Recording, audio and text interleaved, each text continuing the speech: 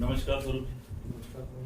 सबसे पहले तो आपको बहुत बहुत बधाई हो। आप आमरण अनशन पे बैठे थे, तो आप जयपुर से यहाँ आए और आमरण अनशन में बैठे, तो मेरे को सारी आप पहले वो डिटेल्स बताइए, आप किस तरह से क्या हुआ।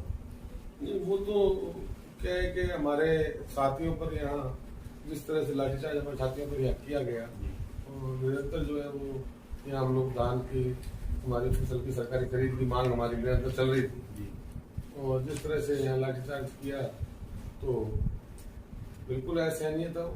और यहाँ मैं उस समय जयपुर था तो मेरे साथियों ने मेरे को फ़ोन की यहाँ इस तरह की घटना हो गई है, आप यहाँ आइए। बिल्कुल मैं मेरे साथियों के बीच में यहाँ पहुँचा। पहुँचने के बाद में लगातार हम लोग जो है वो यहाँ डटे हुए थे हमारी मांगों को लेकर के।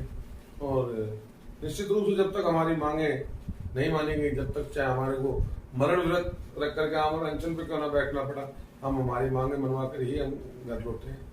तो ये 4 तारीख की जो लाठीचार्ज वाली घटना थी, उसके बाद अशोक गहलोत जी ने सरकार, मतलब कि मुख्यमंत्री जी ने जो वहाँ पे लेटर दिया और वहाँ से 3 दिन के बाद वहाँ से वो आया, तो इससे पहले भी ये लेटर जारी हो सकता था शायद। अब देखिए, अब ऐसा तो अगर देखा जाए तो केंद्र सरकार बगैर किसी स्टेट के अनुशंसा के भी सरकारी खरीद जो है वो शुरू करवा सकती है। बिल्कुल। और मैं ये कहना चाहूंगा कि ये पूरी तरह से ये जो धान की सरकारी खरीद जो शुरू हुई है, ये पूरी तरह से इलाके के किसानों के संघर्ष की जीत। इलाके के किसानों ने, हम सब लोगों ने मिलकर के निरंतर संघर्ष किया। निरंतर संघर्ष करने के बाद में ही ये सफलता मिली है। राजस्थान सरकार ने चिट्ठी लिखी, केंद्र सरकार ने मंजूरी दी।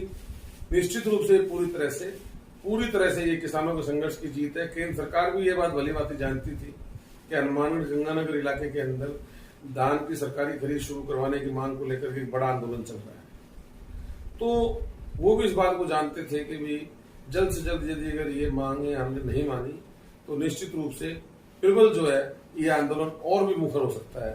तो केंद्र सरकार और राजस्थान सरकार दोनों ने किसानों के संघर्ष के बाद जो है उनकी मांगों को माना और ये पूरी तरह से किसानों के संघर्ष की जीत है। 4 तारीख को जो लाठीचार्ज हुआ था, तो ऐसी क्या नौबत आ गई थी जो पुलिस द्वारा लाठीचार्ज करना पड़ा? और थे तो लगभग वहाँ किसान ही थे लगभग। देखिए, बिल्कुल वो मानगढ़ के इतिहास में काला दिन था और इस तरह की घटनाओं के हमारे इलाके के अंदर कोई जगह नहीं है। और हमारी ये मांग भी थी कि भी जिन लोगों ने, जिन पुलिस के अधिकारियों ने इतनी बर्बरता से लाठीचार्ज किया है, निश्चितता पूर्वक उन अधिकारियों के खिलाफ कड़ी कानूनी कार्रवाई होनी चाहिए। निश्चित रूप से हमारी ये भी जो 2 मांगे थी प्रमुख, उनमें से एक मांग ये भी थी। तो लगातार प्रशासन के साथ में लंबे जिद्दोजहद के बाद प्रशासन का आपसी तालमेल का भी प्रशासन में बहुत अभाव रहा और एक लंबी जिद्दोजहद के बाद हमारे को मजबूरन मरण व्रत लेकर के आमरण अनशन पर बैठना पड़ा। और आमरण अनशन पर बैठने के बाद में चौथे दिन लगातार कई दौर की वार्ताएं हुई, लेकिन प्रशासन जो है वो लगातार हम लोगों को, किसानों को गुमराह करने का प्रयास कर रहा था।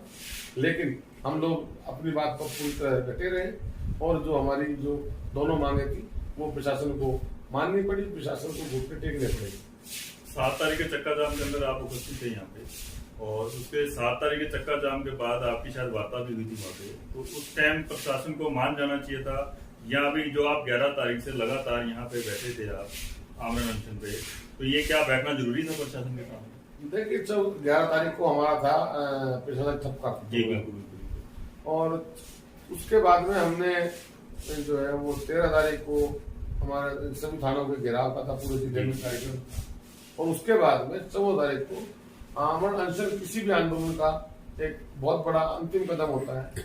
मजबूरन जब प्रशासन ने अपनी हठधर्मिता नहीं छोड़ी और जब प्रशासन ने हमारी मांगों को नहीं माना, तो मजबूरी में हम लोगों को मरण व्रत धारण करके और आमरण अनशन पर बैठना पड़ा। तो क्या इससे पहले ये प्रशासन नहीं मान सकता था इस बात? बिल्कुल मान सकता था, लेकिन जो प्रशासन के जो अधिकारी है वो सिर्फ आंदोलन की भाषा को समझते हैं। और आंदोलन जब मुखर हुआ तो उन्होंने, जब हम लोग अनशन पर बैठे तो उन्होंने मांगे मानने पर मजबूर हुए और उन्होंने दोनों मांगों को माना। कल भी आपकी जैसे 3 बार वार्ता हुई, 3 बार, तीसरी बार वार्ता में वहां से आपको सफल हो गया, 2 बार वार्ता आपकी विफल हो गई, सफल होने के बाद आप नीचे आ गए। तो ऐसा क्या हुआ कि आप वहां पे अड़ियल आपका रवैया वहां कल दिखा कि आपने मना कर दिया नहीं जी नहीं ऐसा नहीं भाई। 3 दौर की वार्ता में मतलब जो प्रशासन के जो अधिकारी थे वो बार बार गुमराह करने का प्रयास कर रहे थे, लेकिन हमने उनको 2 टूक शब्दों में कह दिया कि हमारी दोनों मांगे जब प्रशासन मानेगा तभी जो है हम इस हमारे आमरण व्रत को समाप्त करेंगे। तो निश्चित रूप से जब उनको ये लगा कि भैया तो किसानों की मांगों को मानना ही पड़ेगा, अब चूंकि हमारी मांगे बिल्कुल जायज थी, हम बिल्कुल जायज मांगों के लिए लड़ाई लड़ रहे थे और प्रशासन भी इस बात को जानता था कि इनकी मांगे जायज है, लेकिन प्रशासन की हठधर्मिता और प्रशासन की कहीं ना कहीं एक अपने कह सकते हैं कि आपसी तालमेल का प्रशासन में अभाव साफ नजर आ रहा था। और लेकिन जो हम लोगों ने तय कर रखा था कि या तो प्रशासन हमारी मांगे मानेगा और नहीं तो अगर हमारे को यहाँ शहादत देनी पड़े तो भी हम शहादत देने से पीछे नहीं हटेंगे। तो आपके जो साथ बैठे थे साथी वो भी इस बात पे एग्री थे? बिल्कुल सभी सातों के सातों साथी हम लोग मरण व्रत का प्रण लेकर के आमरण अनशन पर बैठे थे और ये संकल्प लेकर बैठे थे कि जब तक हमारी दोनों मांगे नहीं मान ली जाती, लाठीचार्ज करने वाले पुलिस के अधिकारियों के खिलाफ कड़ी कार्रवाई और हमारे धान की फसल सरकारी रेट पे खरीद शुरू। दोनों मांगे नहीं मान ली जाती जब तक हम यहाँ से उठेंगे नहीं, हम हमारे आमरण अनशन को समाप्त नहीं करेंगे। ये इस बात का संकल्प लेकर के हम लोग बैठे थे। तो ये केंद्र सरकार का तो ये नारा था एमएसपी है और एमएसपी रहेगी, तो फिर राजस्थान में ये देरी क्यों? अजी उनके तो नारों को छोड़वा, उनके बहुत से नारे थे, उनके नारों की बात करेंगे तो बहुत लंबी हो जाएगी। 15 लाख रुपए खाते में आएंगे, 2 करोड़ लोगों को, नौजवानों को, बेरोजगारों को रोजगार दिया जाएगा, और भी उनके तो बहुत सारे नारे थे। अगर उनके नारों की अगर अपने बात करेंगे तो उनके तो नारे बहुत थे, लेकिन उनके जो नारे हैं ना, उनके नारे तो नारे ही हैं और उनके नारे जो है वो हम तुमको कह सकते हैं झूठ की कचड़ी, और उनमें तो कंपटीशन है जी एक दूसरे में कि भारतीय जनता पार्टी के अंदर तो भी कौन कितना बड़ा झूठ बोल सकता है, जो जितना बड़ा झूठ बोलेगा वो उतना ही बड़ा नेता है। उनमें तो कंपटीशन है और उस कंपटीशन के अंदर मोदी जी जो है वो सबसे बड़े जो है वो उस कंपटीशन के अंदर सबसे बड़े विजेता जो है साबित हुए, इसलिए वो प्रधानमंत्री बने। तो वो तो जी उनके अंदर तो वहां तो जो है वो बड़े से बड़े झूठ का कंपटीशन है। तो अभी जो किसान आंदोलन आपका चल रहा है वो 3 कानून को लेके, तो इसके अंदर यहाँ पे आप देख चुके हैं लगभग 700 से ज्यादा किसान शहीद हो चुके हैं और अभी कुछ लखीमपुर में भी ऐसी बात हुई है। तो ये घटनाएं लगातार हो रही हैं, तो क्या मोदी सरकार का ये थोड़ा अड़ियल नहीं है? प्रधानमंत्री हैं देश के और राजा कहा जाता है, जब वो आए थे वो इनका यही कहना था कि हम चौकीदार हैं, हम चौकीदारी करेंगे, तो क्या वो अपना फर्ज या कर्तव्य भूल चुके हैं? देखिए, सबसे पहले तो मैं कहना चाहूंगा कि वो राजा नहीं, वो देश के प्रधान सेवक हैं और प्रधान सेवक उनको देश के आवाम ने बनाया है और देश के आवाम ने ये सोच के उनको अपना जो है वो प्रधान सेवक तय किया कि भी ये देश को तरक्की की ओर ले जाएंगे, देश को विकास को और आगे बढ़ाएंगे। लेकिन हालात इससे विपरीत हो गए। जो वो कह के आए थे मैं चौकीदार हूँ, उन्होंने चौकीदारी बहुत अच्छे से निभाई है। उन्होंने हमारे देश की रेलवे को बेच दिया, उन्होंने हमारे देश के एयरपोर्टों को बेच दिया, उन्होंने हमारे देश के एयरलाइंसों को बेच दिया, बीपीसीएल को बेच दिया, बीएसएनएल को बेच दिया। तो देखो आप कितने अच्छी तरह से चौकीदार निभा रहे हैं वो। तो भगवान ऐसा चौकीदार तो दुश्मन को भी ना दे और ऐसे चौकीदार से जल्दी हमारे देश का और हमारा पीछा जो है वो छुड़वाए। कांग्रेस सरकार थी तो मोदी सरकार का, नरेंद्र मोदी जी जो है उनका बयान था कि 340 रुपए या 60 रुपए के लगभग सिलेंडर का रेट था उसमें। उनका नारा था देखो मित्रों सिलेंडर कितना महंगा हो चुका है, महंगाई की तरफ चल रहा है और आज 940 रुपए सिलेंडर है। 7 साल या 8 साल हुए मोदी जी को, तो उस टाइम महंगाई ज्यादा थी या अब महंगाई ज्यादा है? अजी मोदी जी ने तो 7 साल में वो कर दिया जो 70 साल में नहीं हुआ। जो 70 साल में सब कुछ बना था उनको 7 साल में सटा दिया मोदी जी ने। रेलवे जिसका अलग बजट हमारे देश के अंदर होता था, पूरे रेलवे को बेच दिया, पूरे हमारे एयर इंडिया को बेच दिया, पूरे हमारे स्टेशनों को बेच दिया, बीपीसीएल को बेच दिया, बीएसएनएल को बेच दिया। क्या क्या मैं आपको गिनाऊं, उन्होंने कुछ भी नहीं छोड़ा। निजीकरण की होड़ लगी हुई है उनमें, और इस देश को गुलाम बनाने की ओर अग्रसर कर दिया। अंबानी और अडानी के एजेंट के रूप में वो काम कर रहे हैं, देश को गुलाम बनाने के लिए, देश को गुलामी की ओर ले जा रहे हैं। लेकिन इस देश का एक एक भारतीय, एक एक हिंदुस्तानी, हम सब लोग ऐसा बिल्कुल नहीं होने देंगे। हमारे देश को बचाने के लिए हम अंतिम सांस तक लड़ाई लड़ेंगे, और इस लड़ाई की शुरुआत देश के किसान ने की है। इन तीनों काले कानूनों को रद्द कराने की मांग और एमएसपी पर खरीदी गारंटी का कानून बनाने की मांग से इस देश के अंदर देश के किसान ने जन आंदोलन की शुरुआत करी है। जल्दी ये जन क्रांति बन जाएगा, और बन चुका है। आप देख रहे हैं पूरे देश के अंदर लाखों नहीं करोड़ों की संख्या में किसान मजदूर जो है वो सड़कों पर उतरे हुए हैं, और ये संख्या दिन पर दिन बढ़ती जा रही है। और लखीमपुर में जो हमारे जो साथी शहीद हुए हैं उनको मेरी सादा श्रद्धांजलि है, और मैं उनको सादा श्रद्धांजलि अर्पित करता हूँ। और जो भी उस घटना को जिन्होंने घटित किया है उनके खिलाफ कड़ी कार्रवाई होनी चाहिए। केंद्रीय मंत्री हैं वो जो 302 के जो है वो मुलजिम बनने चाहिए, और उनको बर्खास्त किया जाना चाहिए। तो अभी मैं आपको बात पेट्रोल की करूं, उस टाइम पेट्रोल भी 65 से 70 रुपए के लगभग था, तो आज पेट्रोल 115 रुपए हो गया है। और अभी जीएसटी की बात भी चल रही थी, शायद वो बात विफल हो गई है, सफल नहीं हो पाई है। तो उस समय भी वो मोदी जी के भाषण में ये था कि मित्रों देखो आप पेट्रोल महंगा हो चुका है, और आज पेट्रोल 115 रुपए है। उस टाइम ये बोला जा रहा था देखो पेट्रोल आप डलवा नहीं सकते, कहीं आना है जाना है आम आदमी के लिए बड़ी मुश्किल है।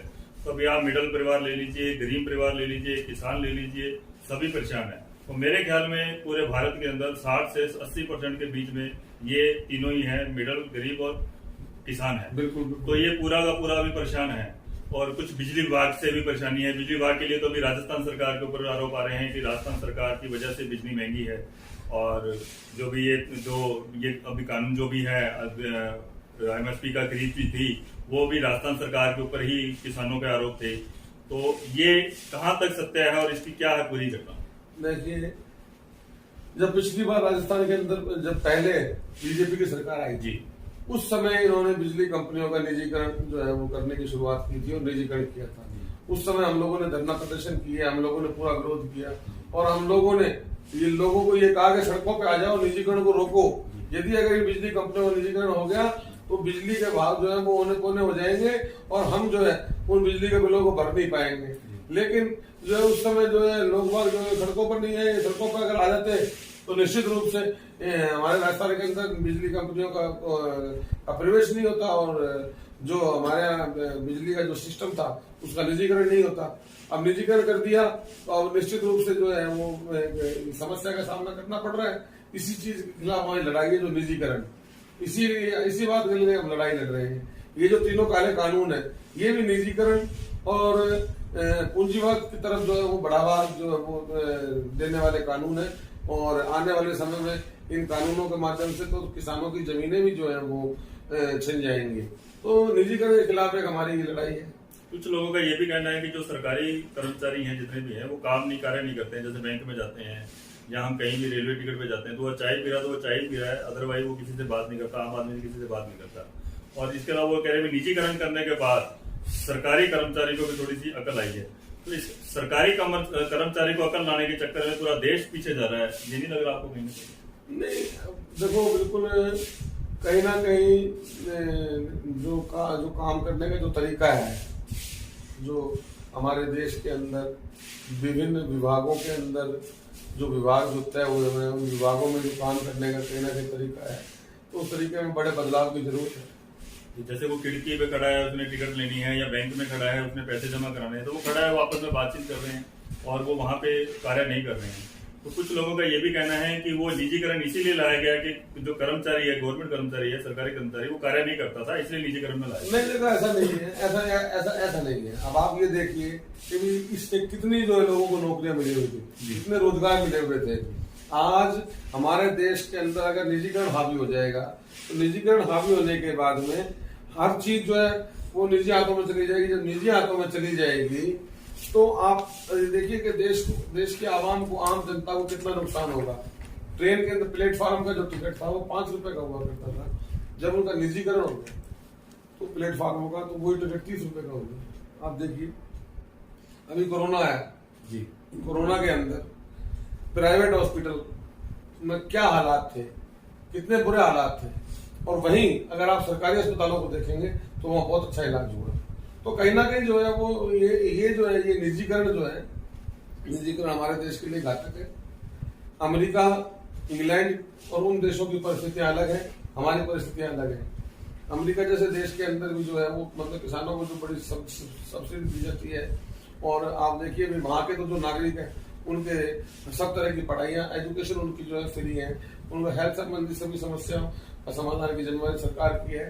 तो निश्चित रूप से जो ये निजीकरण है, निजीकरण हमारे देश के अंदर निजीकरण बहुत घातक है। तो कुछ ये प्राइवेट कंपनी की वजह से 2 साल में कोरोना जैसे आया है बाजार के अंदर, अभी पिछले साल भी था, इस साल भी था, 3 महीने, पिछली बार भी 2 बार लॉकडाउन था, इस बार भी लॉकडाउन रहा है। तो इसके अंदर जो मिडल और गरीब परिवार थे उनके अकाउंट्स खराब हो चुके हैं। प्राइवेट कंपनी में जो लोन चल रहे थे, पर्सनल लोन थे, लेडीज लोन थे, जो भी लोन चल रहे थे, और बच्चों की शिक्षा पे भी असर पड़ा है इस चीज का। तो वो लोन चल रहे थे, वो लगभग सारे, मेरे ख्याल में कम से कम भी 60 से 70% लोग उसमें जिनके अकाउंट खराब हो चुके हैं, उनको दोबारा लोन नहीं मिला। तो उनको कहीं ना कहीं राहत मिलनी चाहिए, बिल्कुल मिलनी चाहिए। कि आज उनको कहीं पे कुछ भी सामान लेना है, बाजार से कोई लोन लेना है, कुछ चीज लेनी है, तो उसको वो चीज नहीं दी जाती है। बिल्कुल कहते हैं कि आपका अकाउंट खराब हो चुका है, चाहे 1 किस्त बाउंस हुई है, 2 किस्त बाउंस हो गई, आपका अकाउंट क्लोज। नहीं, बिल्कुल उनको राहत मिलनी चाहिए। मैं बिल्कुल इस बात का पक्षधर हूँ कि उन लोगों को बिल्कुल राहत मिलनी चाहिए। बहुत सारे परिवार ऐसे हैं जो परेशान खराब हो गए हैं। मैं कह रहा हूँ राहत मिलनी चाहिए। चलो ठीक है, ये एक तो बहुत बहुत बधाई हो आपको, और कल आपने बहुत बड़ी जीत हासिल की है, और आपका धन्यवाद जो आज आपने समय दिया हमारे लिए। आप सभी साथियों का भी बहुत बहुत धन्यवाद। आपका भी पूरा सहयोग रहा।